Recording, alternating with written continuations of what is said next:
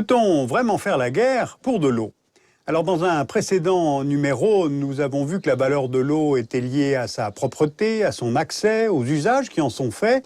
La rareté n'est donc pas seulement quantitative, elle est liée aussi aux répartitions et à la qualité. Eh bien aujourd'hui, nous allons étudier comment se passe l'accès à l'eau dans une région où il y en a peu, mais où justement la tension politique est très forte, c'est la région Israël-Palestine. Et là, nous verrons si oui ou non il y a la guerre pour de l'eau. Voici la région dont nous parlons aujourd'hui.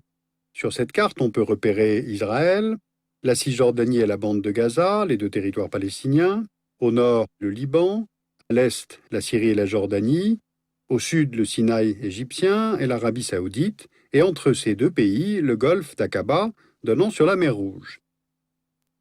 Ces limites de souveraineté sont importantes à retenir car ce sont les imbrications de ces frontières, de la localisation des ressources en eau et des habitants sur place qui aident à comprendre la complexité de l'accès à l'eau dans cette région.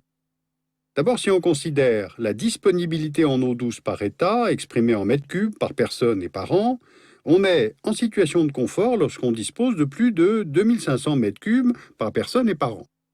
Or, pour ces États du Proche-Orient, régions arides et semi-arides, les habitants sont soit en situation de vulnérabilité, soit en situation de stress hydrique, lorsqu'ils disposent de 1000 à 1700 mètres cubes par personne et par an, soit en situation de pénurie avec moins de 1000 mètres cubes par personne et par an.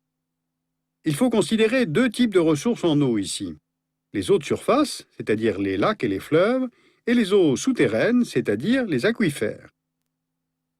Regardons d'abord les fleuves en commençant par le Jourdain et ses affluents. Voici le mont Hermon qui surplombe le plateau du Golan et de là naissent trois rivières, le Hasbani, le Banias et le Dan, seule rivière parmi les quatre affluents à prendre sa source en Israël. Le Jourdain, une fois formé, traverse la vallée qui porte son nom, puis le lac de Tibériade.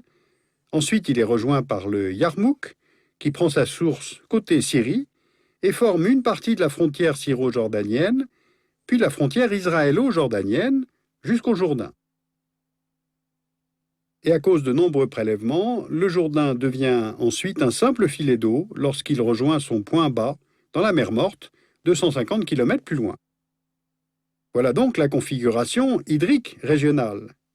Mais compte tenu de la configuration politique régionale, le Jourdain est une ressource parfaitement transnationale, commune à la Syrie, à Israël, à la Cisjordanie et à la Jordanie. Or, la gestion des eaux a toujours été pour Israël une question de sécurité nationale. En 1964 s'achève la construction du grand aqueduc national qui vient, à partir du Jourdain, transférer du nord du pays vers le désert de Negev au sud une partie des eaux disponibles. L'aqueduc vient donc prélever chaque année 320 millions de mètres cubes du Jourdain en amont du lac de Tibériade. De l'autre côté, Liban, Syrie, Jordanie prévoient eux aussi des canaux de dérivation des affluents du Jourdain. Un premier projet prévoit le détournement du Hasbani et du Banias vers le Yarmouk et la construction d'un barrage à Moukheiba, à la frontière syro-jordanienne. Or, entre 1965 et 1967, plusieurs opérations militaires israéliennes détruisent les chantiers en Syrie et en Jordanie afin de contrer ces projets qui viendraient limiter les capacités hydriques destinées à Israël. Et c'est dans ce contexte régional déjà très tendu autour des questions liées à l'eau qu'a lieu, en juin 1967, la guerre des 6 jours. Alors on a souvent parlé de la guerre de 1967 comme de la première guerre de l'eau. Or, les enjeux hydriques nationaux et régionaux n'étaient ni la cause ni les seuls enjeux. Les conflits militaires ont des coûts beaucoup trop élevés pour être menés simplement pour de l'eau, et la guerre des 6 jours répondait à d'autres préoccupations stratégiques. En revanche, pour Israël, les gains territoriaux de la guerre de 67 ont largement dessiné le contexte hydropolitique que connaît ce pays aujourd'hui, puisque 57% des ressources en eau d'État hébreu proviennent de territoires situés à l'extérieur des frontières d'avant 67. Avec l'occupation du territoire syrien du Golan, c'est le lac de Tibériade et certaines sources du Jourdain qui basculent sous l'autorité israélienne. Dans les territoires occupés en Cisjordanie, cela permet l'accès à la rive droite du Jourdain et aux nappes souterraines. Alors justement, voyons maintenant comment Israéliens et Palestiniens se partagent les aquifères. Le système à cheval entre Israël et les territoires palestiniens est complexe. Il y a deux aquifères principaux, l'un côtier et l'autre montagneux et central. Donc rapprochons-nous de l'aquifère montagneux qui se partage lui-même entre l'aquifère occidental, c'est le plus important, il se recharge en territoire palestinien, mais l'écoulement naturel des eaux se fait vers l'ouest, donc vers le territoire israélien. On voit sur la carte les puits israéliens localisés au-delà de la ligne verte de 1967. L'aquifère du nord, dont les eaux coulent elles aussi vers les plaines israéliennes au nord, et l'aquifère de l'est, dont les eaux coulent vers le Jourdain, donc en Cisjordanie. Vous voyez les principaux puits palestiniens, mais également les points d'eau qui servent à l'approvisionnement des colonies israéliennes. Ces trois aquifères communs recèlent environ 700 millions de mètres cubes par an, soit le double de ce que prélève l'aqueduc national dans le Jourdain. Mais ce chiffre est très discuté, en fait, parce qu'il vient des services hydrologiques israéliens.